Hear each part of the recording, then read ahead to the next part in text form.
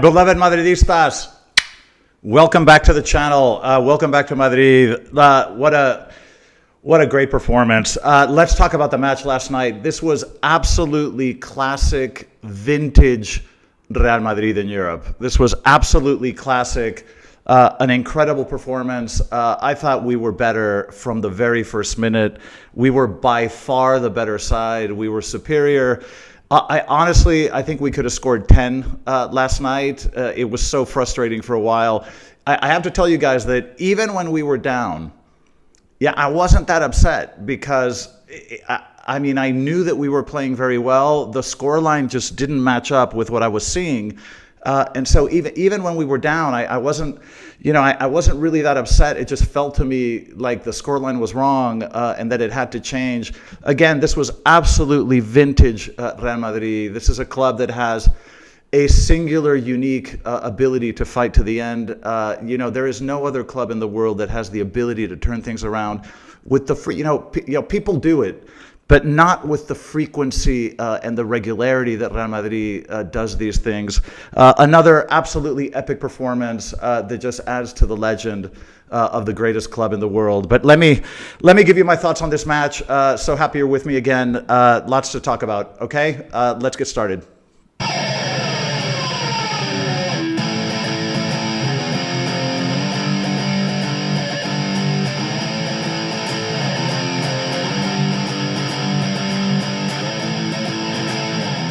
Madridistas, welcome back. Okay, let me give you my thoughts on the match last night. By the way, I won't promise not to cuss in this video. I dropped in the previous video about the match against Atleti, I dropped a few F-bombs, so I apologize for that. My woman gave me a lot of stick about this, so I need to, watch my tongue a bit. But anyway, let's talk about this match. This was absolutely epic. In terms of the lineup, this is what Ancelotti came out with. Now, I admit that when I saw the lineup, it wasn't surprising. I mean, we don't have too many options, to be frank, especially after the Lucas Vázquez injury. We sort of knew Fede would play right back. My sort of concerns when I saw the lineup were, again, playing with three forwards. When you're playing away from home against a team that's very good on the ball, it just seemed like a risky thing to do, and I was a little bit apprehensive. But I think at this point, Ancelotti's made up his mind. He's playing with three forwards come hell or high water, and I think it's something we just have to get used to. That was a concern. I was also a little bit worried about Fede. Not because he's playing right back, and I was sure that he was going to do a good job, and he did, but I was a little bit worried about what his absence in the midfield would mean, because he's such a valuable player in the midfield. But he played an incredible game, and my worries were definitely appeased. The other concern was, of course, Asensio, who has been phenomenal this year, but how is he going to do against Haaland? I was a little bit worried. There's obviously a height difference. There's a physicality difference between the two.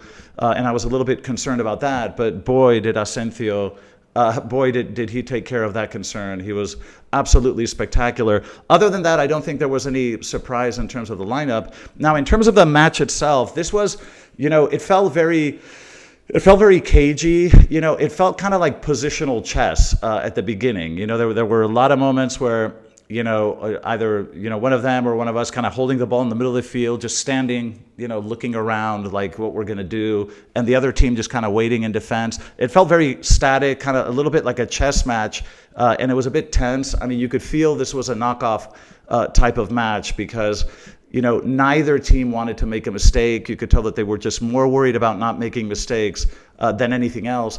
But from the very first minute, I thought we were just better. I thought we were better on the ball in general. I think we just looked much more refined in terms of our passing. We were using a high press that I would say in the first half, the high press was effective in the sense that it bothered them and it slowed them out. But we weren't really biting. We weren't really making that extra poke, like, putting our foot in and trying to steal the ball aggressively. It was more of a positional high press. But then I think as we went into the second half, the high press got more aggressive. It got more punchy. It got a little bit feistier. We started to poke a little more. It wasn't just positional. It was actually more effective and more aggressive. And I think that made a pretty big difference. Look, in the first, the first 20 minutes, we could have scored four.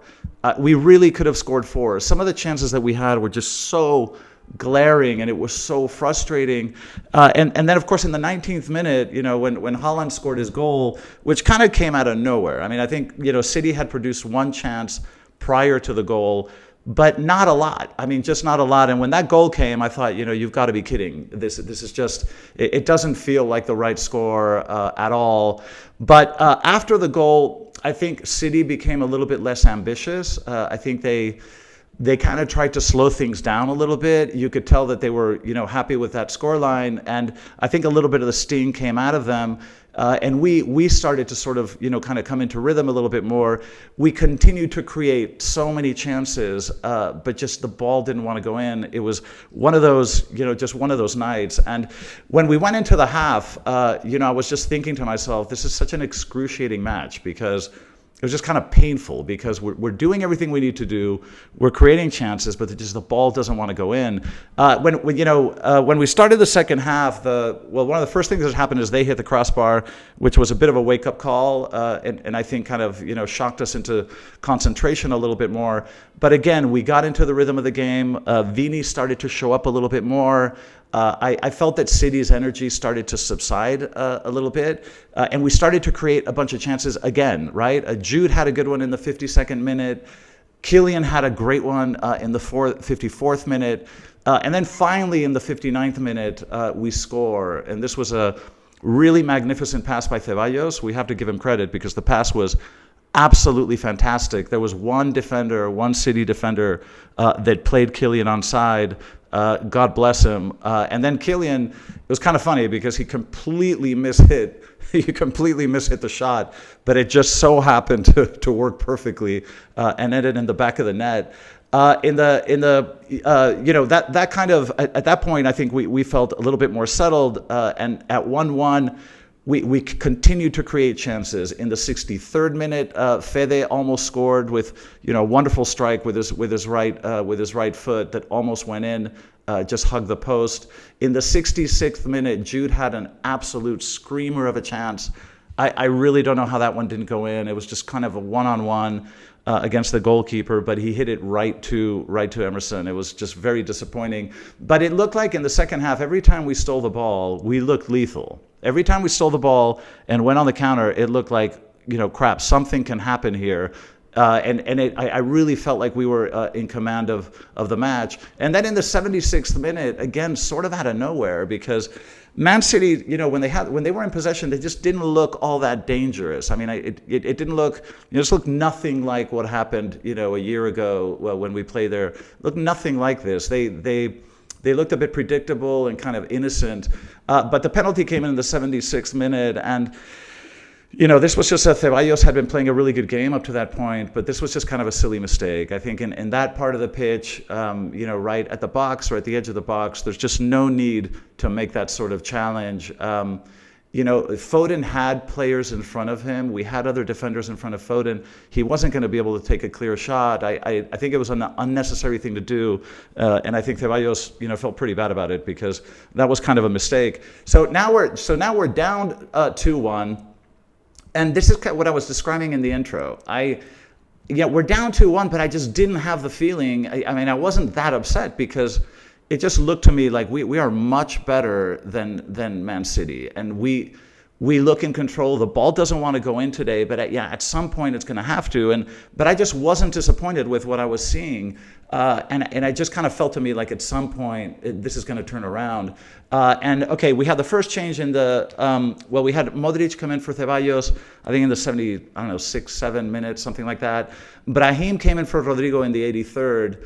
And then 2 minutes after that, bingo, the goal. A shot by Vini, and Brahim very intelligently continued the play, continued the run, getting into the box, almost banking on the fact that there could be a deflection.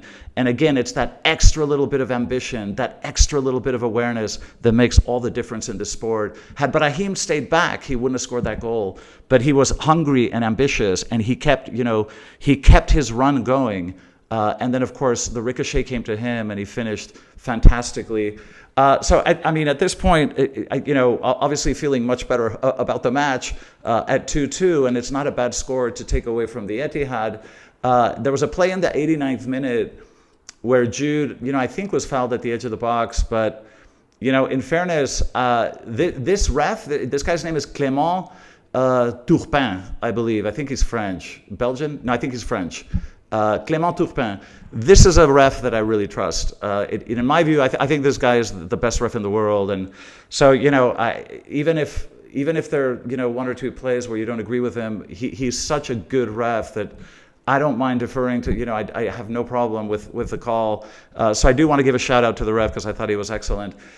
In the 89th minute, Mbappe came off and Fran came in. And obviously at this point, I think Ancelotti was thinking of just, making sure we're securing the scoreline because 2-2, like I say, is not a bad scoreline to take back to the Bernabeu. And then, of course, in the added time, who appears? Who else? Jude Bellingham. This guy has been at Madrid for a year and a half. How many goals has this guy scored in the last 5 minutes of a match? It's absolutely incredible. This guy, and you know what I loved about the goal was that, when Vini tried the little lob and the ball was clearly going out, Jude continued his run. And I can tell you that, he was further behind and he was running up. But the moment that he saw the lob, I think most players would have stopped their run, but not Jude. Jude has this extraordinary spirit. English football's like this, and I love this about him because you can see the English in him. He fights to the end. He runs so much, and he continued his run, and he was right there to tap it in just before the ball was going to go out of play. So just a wonderful play, Jude once again to the rescue. And I just have to say, this was a very, very good performance. And again, psychologically, just seeing the team be able to have the mental fortitude to come back, to turn things around, to play to the final whistle, to not be satisfied with 2-2, but to still look for chances. This is something uniquely Real Madrid. And, I think this is another one of those epic nights that just continues to grow the legend of this club. We've been doing this stuff for decades. And it is such an embedded part of our DNA, and it's so unique. And there is no club in the world that does this stuff, certainly not with the frequency that Real Madrid does. In terms of players, I'll give you my thoughts really quickly. Courtois, I think Courtois was fine. I don't think there's that much he could have done in the goal. We can't really blame him for that. But I think he looked really confident in the air. And Courtois just always gives us a sense of security that, it just makes such a difference to have him there, especially in aerial balls. Courtois didn't have a lot of work, so there's not that much I can say, but I think he gave us that security that he always brings. Fede played wonderfully. It's not even his natural position, but he's so solid. Had we played this match with Lucas Vázquez, I think we would have suffered a lot more, I have to be honest. But Fede is a very physical player. He's just, in one-on-one situations, he's a wonderful marker. He did a fantastic job of maintaining his position, of marking his players well. And then occasionally when we needed to sort of transition, he would sometimes drift into the middle of the pitch, carrying the ball forward as he does, contributing to help oxygenate our exit of the ball. Fede, I think, played a really, really wonderful match, and it's a blessing, and we're going to have to use him in this position more often because we have no choice. Tchouaméni, I think Tchouaméni played well. I think he was particularly good in the air. We have been critical of Tchouaméni, especially in the center back position this year. But I think last night he played a very, very solid match. So I didn't really see any glaring mistakes. And again, I did notice a lot of contributions in aerial balls. I think he did really well. Asensio, this guy, I'm running out of superlatives for this kid because Asensio played an absolutely spectacular match. This is a kid who just came from the junior, from the lower divisions. He's very young. He comes up to the first team. He shows up in Manchester and has to mark Erling Haaland, and he completely neutralizes him. And I have to say, I was very proud of Asensio. When they had that little scuffle and they were tugging each other's shirts, Haaland was holding his shirt, and he kept going like that to get rid. I love the way he just kind of went back and forth with Haaland like, I don't know who you think you are, but I don't care what your last name, I'm wearing this, so don't mess with me. This kid shows so much character. He's not intimidated in any situation. I think one of the highlights of the match was that this kid is a blessing. He's a blessing. I don't know where on earth we found him, But this kid is saving our season, and he's an absolute blessing. So Asencio, if I had to rate him, I would have given him a 9 or a 10.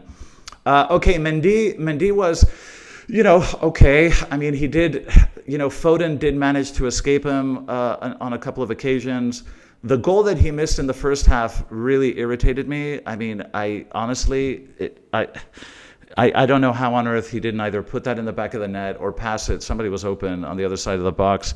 That was very irritating. And like I say, Foden kind of got past him on a couple of occasions. But I think in general, he played well. I think it was a solid performance overall.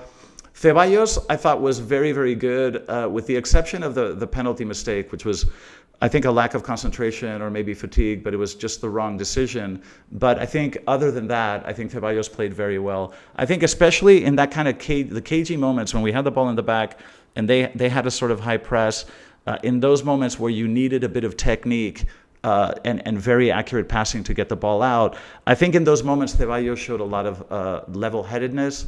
He was very cool on the ball. His decision-making was very good and helped us, like I say, exit really, really well. I think Ceballos played well. Camavinga so-so, okay? Like, you guys know, those that, who followed me before, I mean, I love Camavinga. He's one of my favorite players. But I think last night he did make 3 mistakes that nearly cost me a TV set because I can't remember what I threw at it. But Camavinga played well, but he had 3 mistakes. There were 2 ball losses and 1 marking issue where they got right behind him. There were 3 instances that really, really upset me. But other than that, I think he played okay. So I think with Camavinga, I'm going to say he played sort of so-so, a bit hot and cold. Jude was, again, this is the second match that I'm going to say this. Not that flashy a match, but just incredibly instrumental in every aspect of play. And Jude has the fighting spirit. Again, that high energy thing that English football has. He carries that inside him, and he brings it to every match he plays.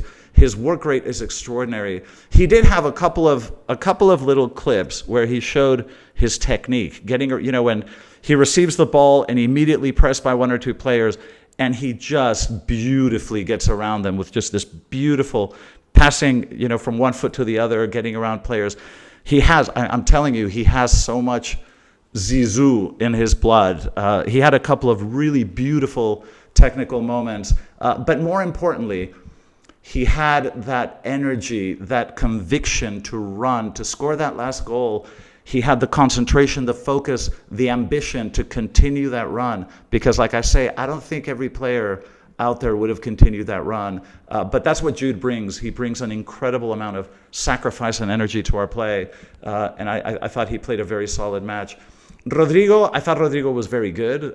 He created danger on the right. I think he distributed the ball well. He wasn't, didn't have too many sort of very clear chances himself, but he played very well and offered a lot of chances to Kylian and to Vini. I think Rodrigo played very well. There's an observation about Rodrigo I want to mention for those of you that are real connoisseurs of technique, and I'm an absolute sucker for technique. I love beautiful displays of technique. If you've played the sport, you understand the level of difficulty of some of the things that these guys do.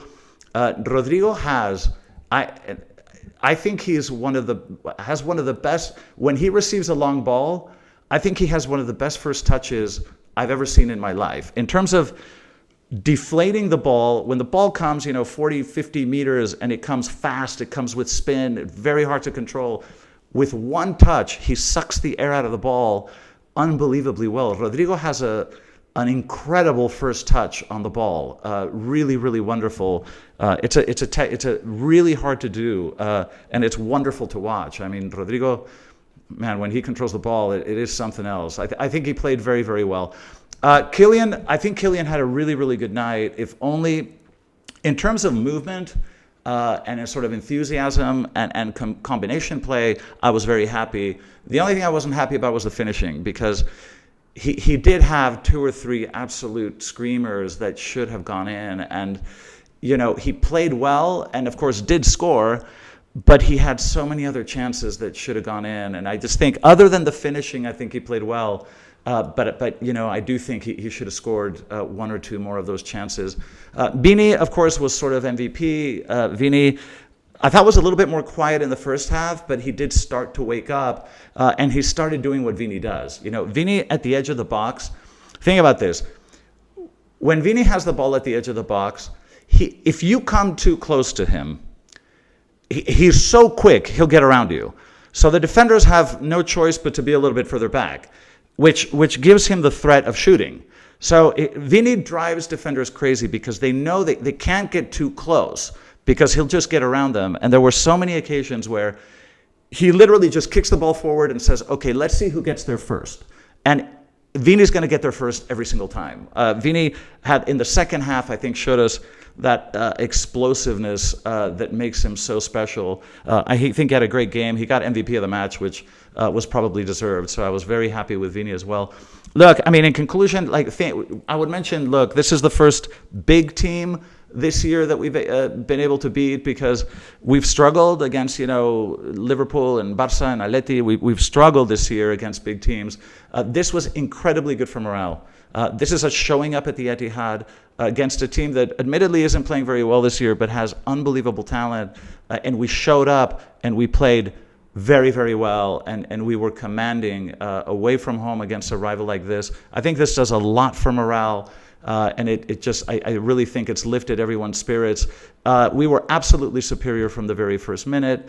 I'll mention, by the way, you guys may have seen the Man City crowd had a banner with Rodri holding the Ballon d'Or saying, you know, okay, this just gives you an idea of who they are and who we are. That is such a small club, petty little thing to do.